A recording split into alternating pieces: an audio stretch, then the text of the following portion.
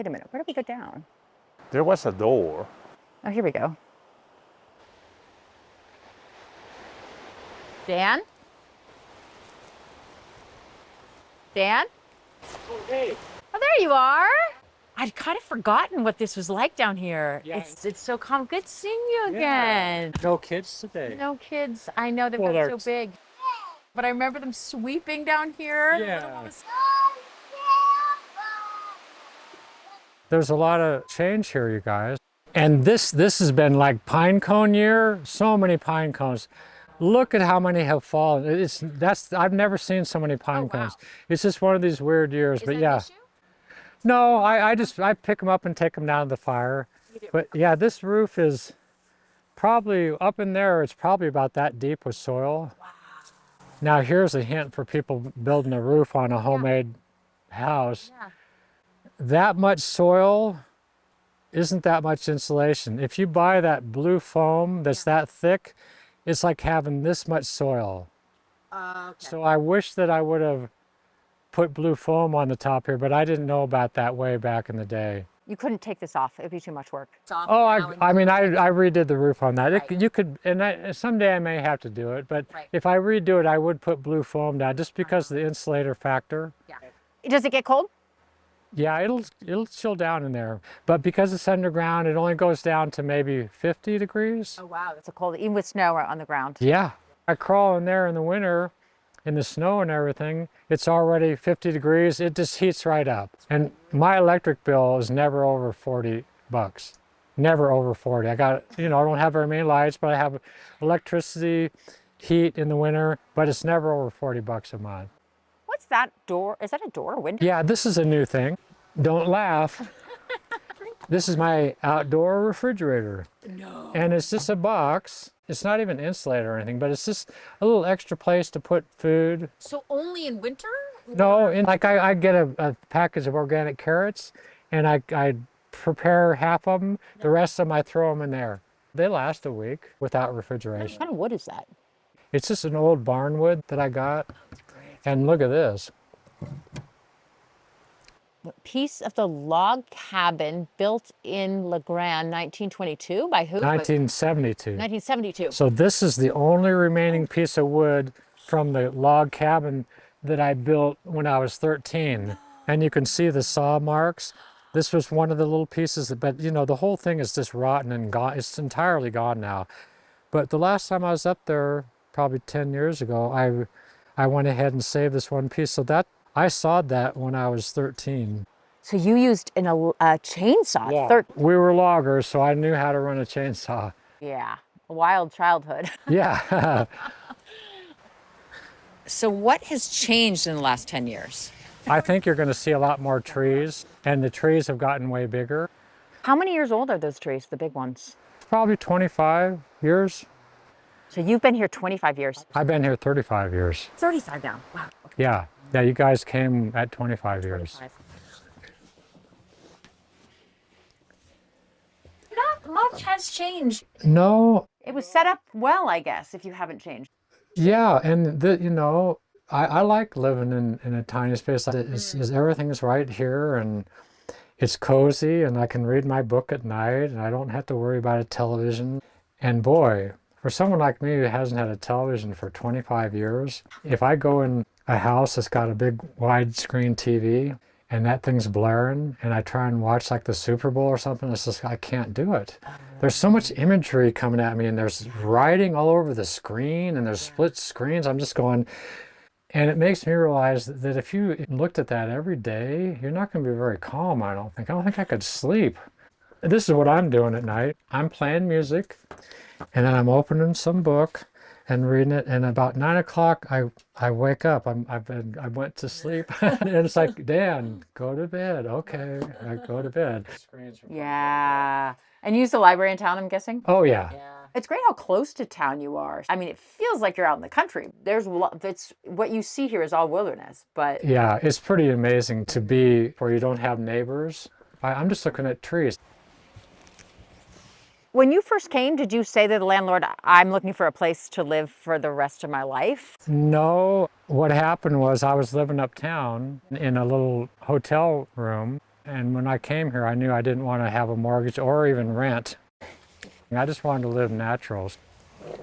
So I spent a few months looking all over in the wilderness and talking to landowners. Could I live on the corner of your property and I'll pay a little bit of money and I'll keep it real clean? And every door I knocked on, they go, no, I don't think so. One winter, I was looking all over and I had a little 8mm camera and I was wandering around town. It's 20 below zero. And I was filming and I looked up this little area and I go, oh, look at this little flat spot down below this road. I go, that might work. And so I found out at the courthouse who owned the property, and they live 100 feet from here. And I went and knocked on their door and said, hey, I'm a writer. Can I set a tent up in your meadow so I can have a quiet place to write? I'll pay you $100 a year and I'll rebuild the fence line and I'll clean it all up. And they said, well, we'll think about it. And I came back the next day and they said, we think we might want to do that. Well, when I went back the next day, I had this one-page proposal with a $100 check on it. And they go, let's try this. And I said, I'm not going to sue you if I fall down and break my leg. So they said yes. So every year I give them the land report. I tell them all the stuff I've done. Here's the check. And what this was, they had milk cows, so they probably ran livestock in here. But they weren't using it. No, for them it's a good thing because it keeps the fire danger down rather than just have a piece of land that's totally having trees falling. Have they visited you? Well, the funny thing is they live right up there and I had to beg them to come down. And they're kind of older folks. And so I'd go, no, it's July, you got to come and look, it's so beautiful down there. And they'd walk down and that looks really nice, Dad. And when I take some crazy idea to them, because it started as a teepee down there, the second idea I had, let's dig a big hole, Dan, and then I'll put the teepee over the hole and I'll put a rock wall and I'll step down into this thing. And I had it all drawn and I took it up to them. They go, you know what, Dan, you just do whatever you want to down there.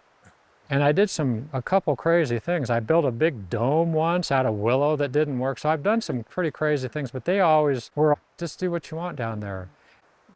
And then one day I was here when I decided to build a studio there. I have a copy machine and I need to make magazines in there. There was just this little ledge in here and I go, I'm going to make a studio in there. And so I was digging it out. It took 3 months to dig that hole because that building has a sunken floor in it. So I dug on it for 3 months. But after about a week of digging, here comes the son and the mother down this trail. What you doing down there, Dan? They're once a year visit and I go, I'm going to build a studio here. I meant to write you and tell you what I'm doing. And they came down and looked at it and that's the day that they said, you know, Dan, we just think if you want to spend the rest of your life here, you could. They said that to me. They said that before you said anything about it. Yeah. And they would get the passionate yearly letters about how much I loved it and was so thankful and that this is how I want to live. I don't want to have a mortgage and a house. Well, this was just a marshy area when I came here. That pond now goes all the way to the end of the meadow. I just dug it all out. No swamp anymore. The other thing that's happened since you were here is I studied eating weeds. They are super nutritious. Here's some right here. That's a weed? It's a weed, a real common weed, totally edible weed. And the thing about weeds is they're really a powerful plant and they haven't been hit with chemicals. Like all of our vegetables and all the generations of seeds have been chemicalized since the 40s, and that made the nutritional value go down. Weeds have not had that happen. This is a dandelion. You can totally eat that. And that's supposed to be really good, right? Oh yeah. It gets like lettuce after you eat a lot. These are just oxeye daisies, which are the white flowers here.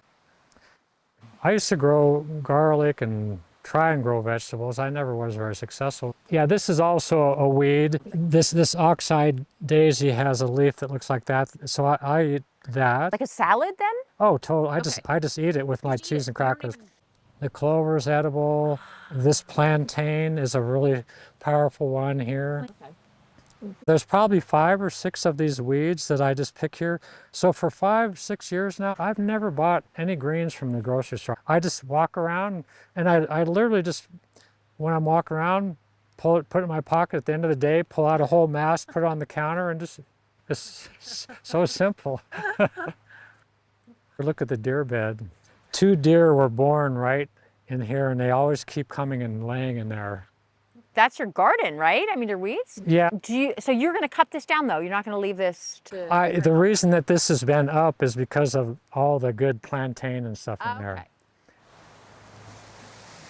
These are all the evergreens that I put along the river to block, because if you look closely, there are houses right there. Are you planting from small trees? I go in the woods. I never buy trees. I go in the woods and get a tree this big and plant it here. I bought 1 blue spruce tree, and 2 years ago it just went, but that's the only tree that I've ever bought. Look at this tamarack I planted. Look at how big that one is now. Yeah, these are all just go up in the woods and dig up a little tree. Instead of going into the nursery, trees are $100 each, you know. Yeah. They're very expensive. Every day I'm just going, seriously, what? How did I get to do all this? To get to live so free and not be worried about mortgages and stressed out, and to do a simple living experiment. Take every aspect of how a person lives and say, well, do I want to do it that way? That's how you fill the shower bucket. So you just fill that bucket full of water from the river and put it up there, and then you turn the heater on and you get a hot shower. And in here is the shower. I do have electricity down here, right, underground. That's the first thing I did, is put underground electricity. I just put a cable underground. But you just go buy? So Yeah, I just bought it and put it underground. But that enabled me to put a water heater in that bucket up there. And you know, I just took a shower an hour ago. Yeah, so it's just a gravity-fed shower. And in the morning, I just heat up like a pan of water on that thing, you know, just fill it up from the river and and just turn it on.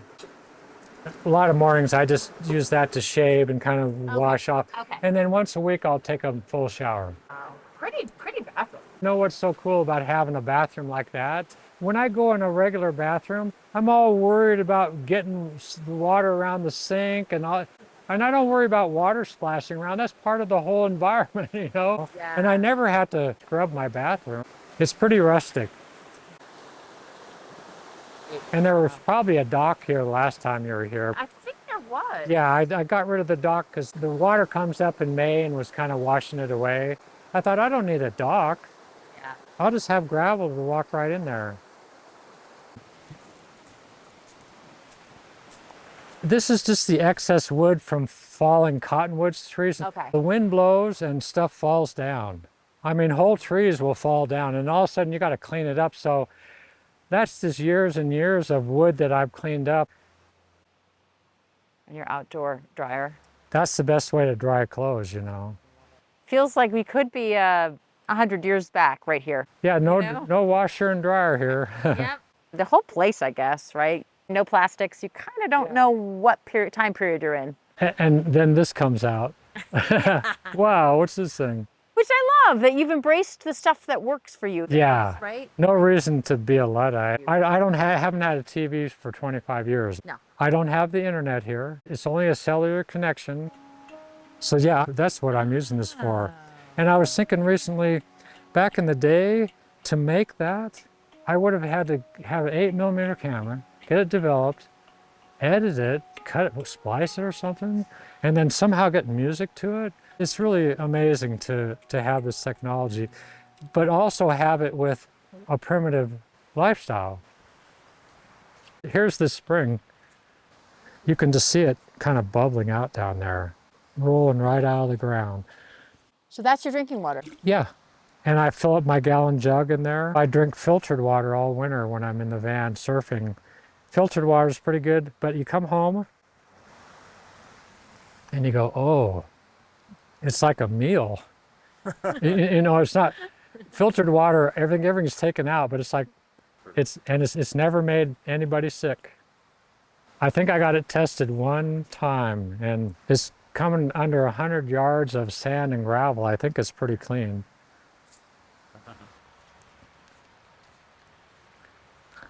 I like to be disciplined. I think that I lead a really disciplined life because I have the money, I have internet.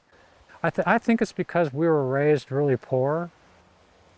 We were really poor when Dad started logging.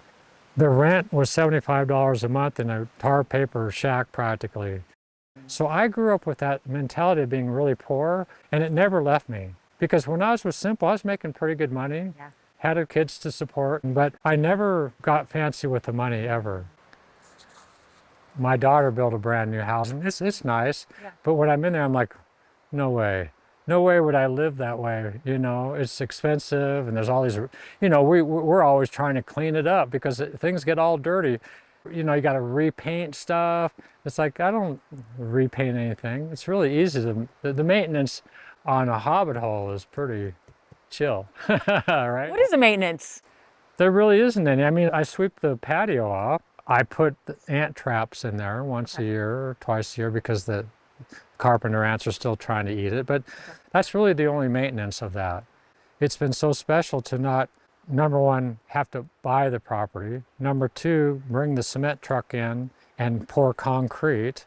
So, I mean, and I've rearranged my buildings so that everything kind of works. So imagine when I had a little square building right here, no insulation, and it's 20 below. That's how cold it was in there, and I'd have to try and heat it up. So over the years, I've gotten to move the habitations all around, and of course, being in the hillside was the best place to be because this is protected from the wind. I'm not down there having limbs fall on my head. It took decades to kind of figure out how the land worked. This thing had been redone, used to have tin, and the structure of this thing kind of looked like this Mayan temple. It was covered with rocks, had a huge skylight. I mean, all that's been modified because the skylight was too big. The tin looked ridiculous. Now it's just like the shape of the hobbit hole. It has this cool curve to it. This curved limb here was up the trail about a quarter of a mile, and it was a really crooked tree, and I looked at and go, man, that is the coolest limb. And I finally cut it out, and it was so heavy it had to sit there a whole summer to dry out and kind of lighten up. But I finally drug it down here and laid it in there, this big curve. That was a really fun project. And I mean, I redid all this. This was all redug out way deeper. You know, this used to, that wall used to be clear over here. You have to kind of walk in there like that. So I've moved, that's a lot of work, but I cut all that back. I mean, that's a lot of physical labor, and sometimes you get tired. Rock the wall. Finally did it the way it needed to be done. Yeah. Now it fits the earth. Yeah, and the deer, when I'm gone in the winter, the deer get under there and sleep in the winter. Well, because it feels just like the mountain right behind there. Yeah, so that's done. That'll never be rebuilt. Remember, this will get your back. Oh, thank you. Yeah. I don't remember that. The kids, they just were about this tall, so. They fit, remember? They were just, oh, they loved it. Yeah, that was really special. And now I have grandkids that are 7 and 8, so they come here and run all around, and yeah.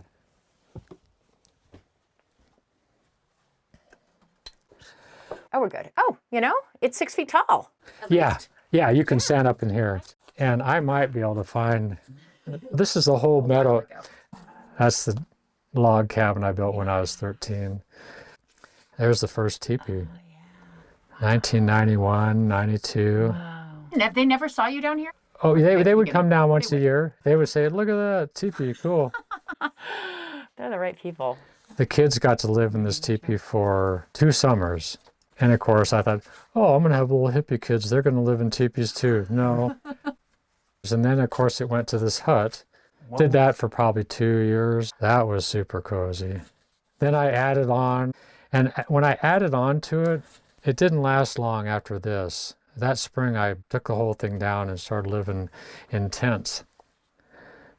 There's one of the crazy things I built that never was completed. I spent a couple $100 doing that, and it was shaped like a triangle, sort of. But not an A-frame? An A-frame that the back went to a point. I'm like, well, what? You can't live in a place like that. It looked cool. It looked really neat. It's beautiful. Yeah, I kind of completed it, but I never moved into it. And it was just going to be a tar paper roof. I had windows in it and this funky door, and I just go, well, I can't secure it. I'm not going to live in it. Yeah. Someone's going to just break in this thing, and I built that little square building, and that's what got broke into. And here you'll see antique Leica cameras and stuff, and they broke and took all that. I was so bummed. So I had built this in behind as a bedroom. So off the back of the square building, I made a little passageway to have a bedroom back there. And when this got robbed, I just took that whole building down, not knowing what I was going to do. There's the little hole that you'd crawl through to go into the round structure. And I got broken into. I burned that whole building. I was so upset. When I removed that building, this is what I had. The building is right there. I had that little bedroom. And I go, oh, well, if I put a door on the passageway, I could actually live in a smaller round space. And once you lived in a teepee in a round space, it's hard to go back to a square space. The wood came from a barn right near here. And then over time, I saw the Hobbit movies, but I knew all about the Hobbit. I read the Hobbit book when I was about 13 and was just blown away. I made a Hobbit hole when I was 13. I dug a hole in the ground, threw some plywood on top, and went in there and go, well, this isn't very cool. What's the beginning of the Hobbit? It's in a hole in the earth. Yeah, it's the beginning of one of my books. Oh, it's not a dirty hole. It's very comfortable. It's actually in one of my books here. This is The archives. the archive of all the good stuff. Here it is. In a hole there lived a hobbit, not a nasty, dirty, wet hole filled with the ends of worms and an oozy smell. It was a hobbit hole, and that means comfort. That's kind of what I've done, really, right? I haven't. The first one, the hobbit hole that I made was not good at all. You know, I was 13. I didn't know what I was doing, but it's kind of amazing that when I was older, I had the ability to build something much nicer, and that's really kind of what I'm living in. That's the cabin I built when I was 13. I kind of got in trouble for building it because I did it secretly up on the hill behind our house. Dad had all these boards up in the shop, and I finally said, Dad, I built a cabin up on the hill. That's how I cut my leg with the chainsaw. He goes, oh. And we were loggers, so I knew how to use a chainsaw. My dad was a logger, and I worked in the woods with him. Okay. So when I was 12, 13 years old, I was loading log trucks. All my summers were working in the woods. The reason I can connect with this land so much is I wasn't a regular kid. All summer long, once we got out of school, I was in the woods by myself running the landing, loading log trucks all summer. So I was a totally unsocialized kid. Nature is what I connected with, and I can totally relate to nature because of that. So I really thank my dad. So this feels like childhood to me. And what's really crazy, this is something I drew when we were in Kentucky before I even came here. This is the cabin I wanted to live in, and look at what I made. I made a little bedroom sleeper into the ground with a skylight, and that's what I have now. You dreamed it first. Yeah, that's what I've always done. But see, I was going to dig into the hillside and make little compartments to sleep in like on a boat. I've had all these visions, and the thing that's so spectacular is all my visions have come true. Really? Yeah. Who can say that? Yeah. And also I would say that at this age, I'm 68 years old now, I'm the happiest I've ever been. Really? Yep. Are you still working on anything in here then? Well, the Simple Shoe thing. Yeah. So there were 77 issues of these magazines, and it took 20 years to do them. Well, in 2012, I had done it 20 some years, and I was tired of doing it. And I started surfing then. But then in 2019, a guy bought the brand, and he goes, can we start the Moonlight Chronicles again? I go, yeah, let's do them. I do, 2 or 3 of those a day. So yeah, it just kind of kept going. Here's a little board I made. Yeah. Surfing has become a winter thing for you. So how are you able to afford to go to Hawaii to surf? I live in a van. I buy a van when I go there, a used van, and then sell it 6 months later. And it's not a Sprinter van. It's just like a Dodge Caravan with no rear seats and a foam pad and no passenger seat. So it's not built out at all. It just looks like a regular van. So I can park it anywhere and not look like I'm camping. At 50 years old, I decided I'm going to learn how to surf. And so I went to Hawaii and worked at a surf shop for about 2 or 3 winters. And then I've done 10 winters in Southern California living in my van. It's so cool to be a guy that was a logger's son in Eastern Oregon and enter a whole other culture. You can see under here, this whole design is this crazy design. And what did some lady say? That's just not right, because look at this crazy curve, or that's just not going to work. And it's strong. It's not going to break or anything. You see sort of this, what I would call shingles. Oh, those are homemade shingles. That's what's on the outhouse is homemade shingles. 35 years ago, I felled a cottonwood tree and I read all this, craft work books. And so I knew how to make shingles and that made those shingles. More brickwork. The brickwork used to just come to here. But they redid a bunch of the sidewalks. I go, whoa, if you're going to throw those away, I'm going to get some more of them. So I was able to do all the spots with bricks. From town, the sidewalks in town? Yeah, from the sidewalk project uptown. You just walked by one day and saw that they were working? Yeah, they were doing a big redo. And it took about a month this time. I had to talk to 10 different people. They go, well, we're just throwing them away. And I go, well, I want some of those.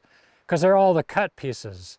But they wouldn't just give them to you? No, more bureaucracy now. Well, yeah. But yeah, it was good because now it's all uniform. And this wall has been built way higher than what was here before.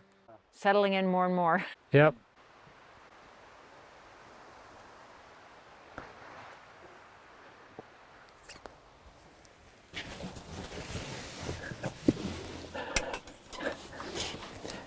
There's the weeds, and I know that looks like a mess, but I just plop them on there and put them with my crackers and cheese, cut them up and put them in soup, and there's probably 4 or 5 different kinds right there.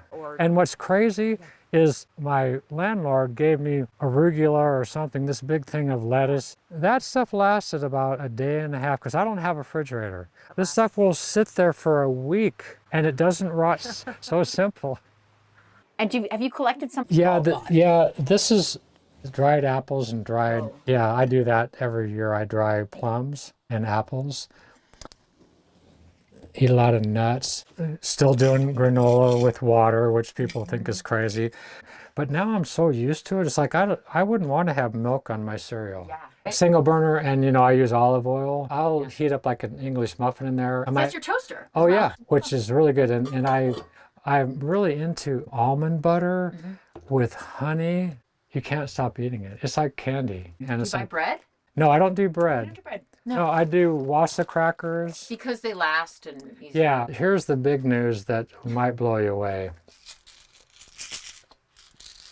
What is that? I've never been on Yeah. medication. Right? Last year, Oh. I had 4 heart attacks. No. What happened? What just...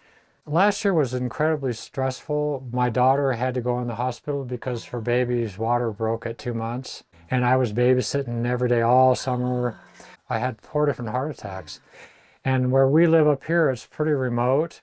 To get an appointment with a cardiologist took 6 months. I finally had a really bad heart attack and I went to the hospital and the guy goes, well, Dan, this is the 4th one. We're going to put you on that helicopter and you're going to go to Lewiston, Idaho, where they're going to run a wire up your arm and look at your heart. Because we'd done a stress test and everything. And he said, well, your heart's great. You're healthy, but the lower artery has a little bit of plaque in it. And he goes, you're going to get on a statin and a blood thinner. But that happened last November.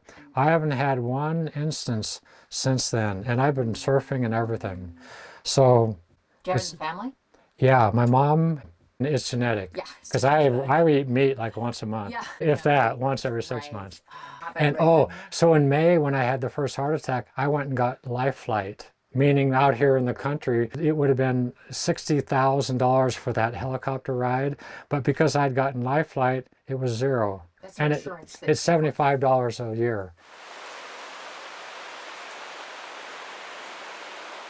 Here it rains and snows. How do you make sure your hobbit house doesn't leak or have mold issues? Hey, we live in a really dry climate. My outhouse was built 35 years ago, and the wood was just put right next to the dirt. It still isn't rotted out because we're such a dry climate. So that's the benefit. And also, everything was tarped with plastic heavily. So there's no dirt up against this. Even when I cut this hole here and connected these two little shapes, I really made it so that, because there's dirt. In between. Yeah, but plastic, wood and plastic and then dirt. So yeah, and slowly it's going to get eaten away because the ants start eating it, and you can, I'll come in here after surfing all winter and there'll be a hole right here and there'll be a pile of sawdust right here. I just put and a week later, there's no ants anywhere. That's one of the things about living this way is, like life, everything is temporary, right? And it's like when people die and they put their relative like in a casket and then they put it in a concrete box.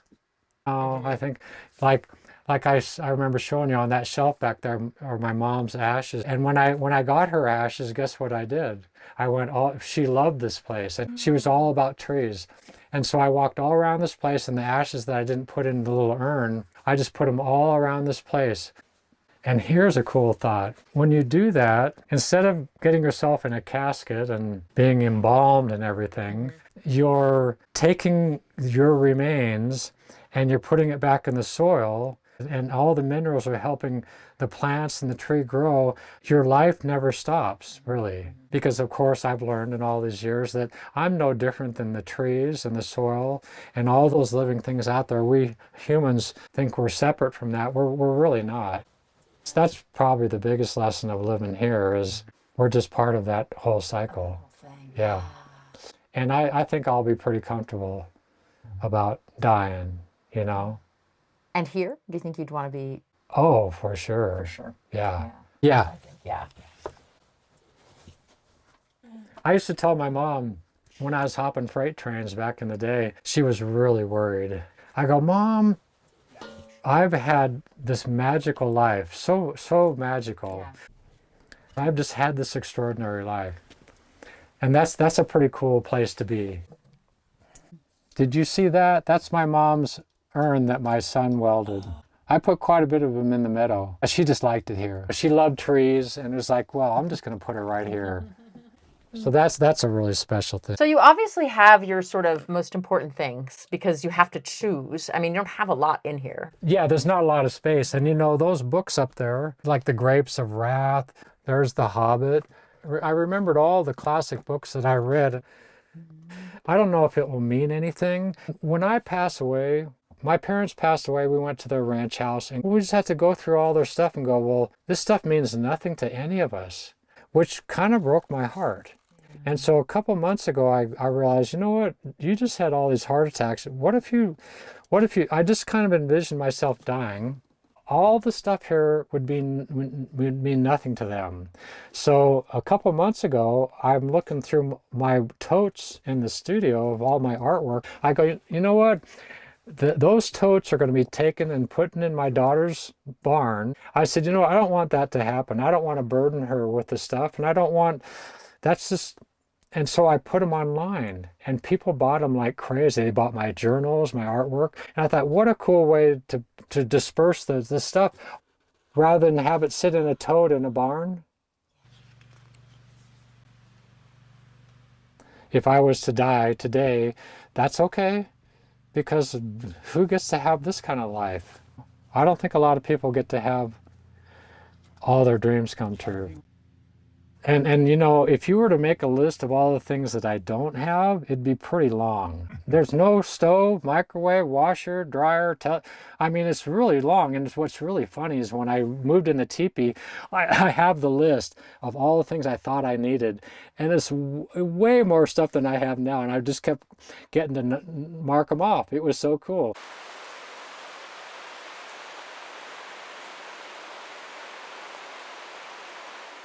What this has really been is an experiment in simple living. And it's way longer than what Thoreau did. You're 35 years. He was 2 years? Yeah, I think after 2 years, he wanted to go do something else. And what I would like to have happen, of course, is I would like to have one of my relatives, like a grandkid, grow up and say, I want to live the way Pop's living. I don't want to live in a house. Are you kidding? And my nephew, who was here 2 weeks ago, I told him that story. And he goes, oh, I'd live that way in a minute. He's 30 years old and is like me, doesn't want to live in a house. And so wouldn't that be cool? I pass away, because here's the alternative. But I joke with the landowner, because we're really good friends now, the son. And I go, yeah, when I pass away, you're just going to come down here with a chainsaw and make a bunch of firewood out of these trees. And then you're going to make a road in here bring a big backhoe, and you're just going to go with one bucket and rip out the hobbit hole, because, you know, we can't have kids in here. It's too dangerous. And he laughs. But in 1 hour, you could destroy what I made here. And wouldn't it be cool if it was a kind of a legacy place where people could come and actually, one of my inspirations in Kentucky, Harlan Hubbard at Payne Hollow, my friend and I went there. Him and his wife moved there in their 40s, hand-built the house on the Ohio River, and I got to see what they did. And so when I came here, it's another huge influence. And that place is now a legacy, like a museum. There's a caretaker living there, and people can come down and say, I want to go see what that Dan Price, that hobo guy did.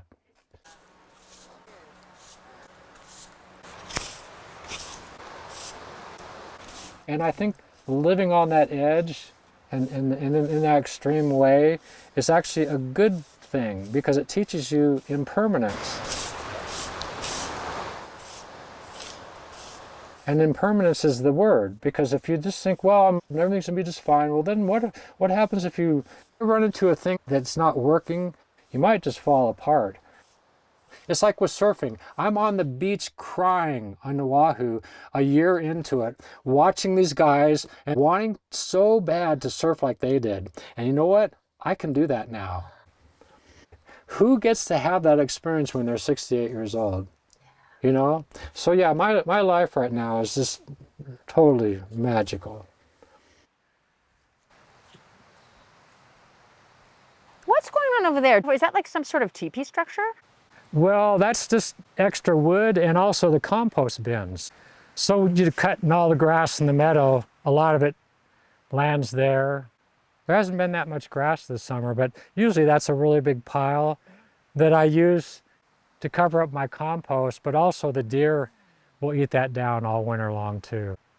And then once a year, like it's probably time for this one to be dug out, and I think this is just ashes. I'll dig it out and I'll make a big pile of soil there, and I'll put it on my gardens and my trees.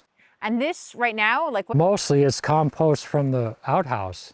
Oh, that's human manure. Human manure. So interesting to dig through that, because it just all goes to dirt. So you are conscious of, like, it's been 6 months or a year, whatever it needs to be. Sometimes I'll let it sit for 2 years. Okay. Because I don't do it as good as I could. Apparently you're supposed to keep it wetter than I do.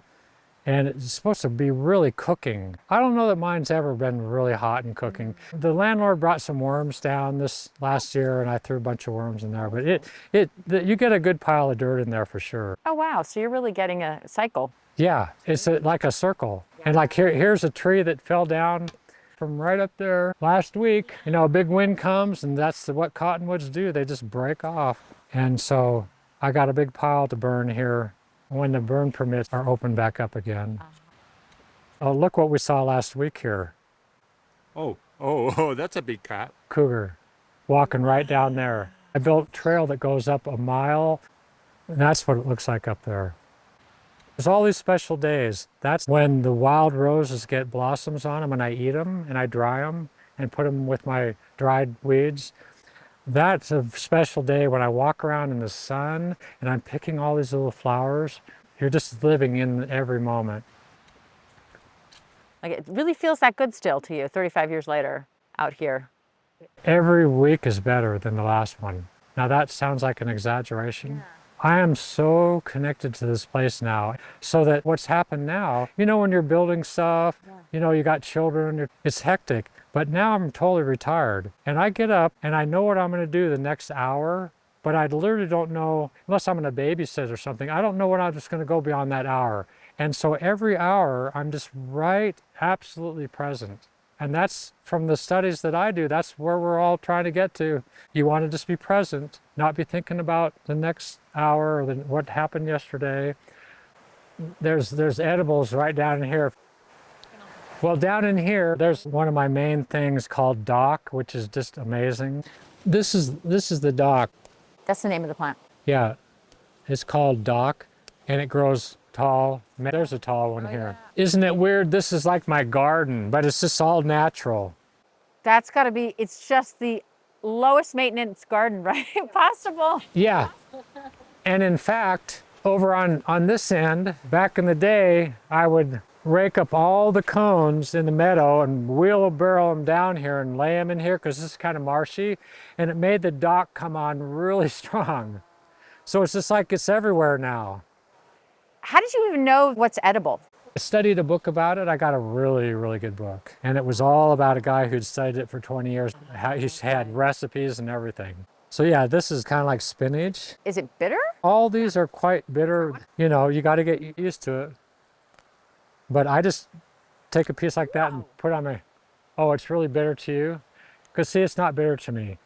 You eat a regular, sort of a regular diet, the vegetables are all genetically whatever modified so they're not so bitter anymore. So if you keep eating this, now see, this doesn't taste bitter to me. I've been eating it for 10 years. And now if I eat store-bought lettuce or something, it's like, what? It doesn't have any taste to it at all. It's horrible. And like I said, I can take this and put it in the hobbit hole and just lay it on the shelf for 5 days. And it's kind of like tobacco. It kind of shrivels up. And sometimes I just go like that, like it's tobacco, and just let it sit there because I know how good it is for me. Okay.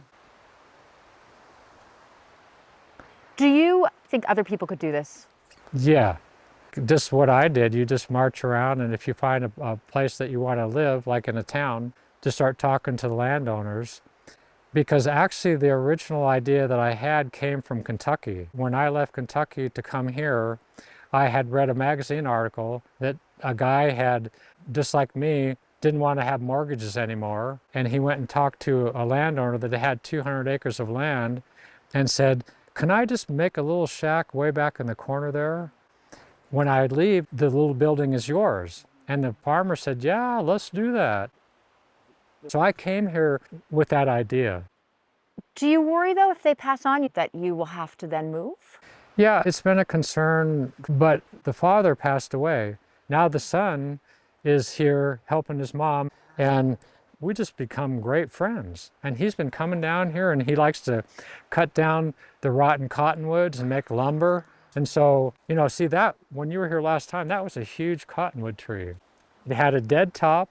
So I cut it down, and he came down here with a little portable sawmill and made boards out of it.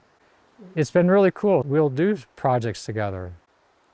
If I was ever to be told to leave, or if they wanted to put a building down here or whatever, about 5 years ago, I thought about that intensely. Every inch of the 250 acres up the river, I know, and every fall I'd go up there and go, well, I could make a little hut here, and why don't I just come and live in a teepee here for the summer? And so I sat down and drew out, if I had to leave here, could I create something more simple than this? You think this is radically simplistic? It would be way more than this. So, and I would be willing to do that because it's like, rather than go, I don't think I ever want to live in an apartment or a house. You've just seen the good side of things. You can't. Yeah. Oh, no way.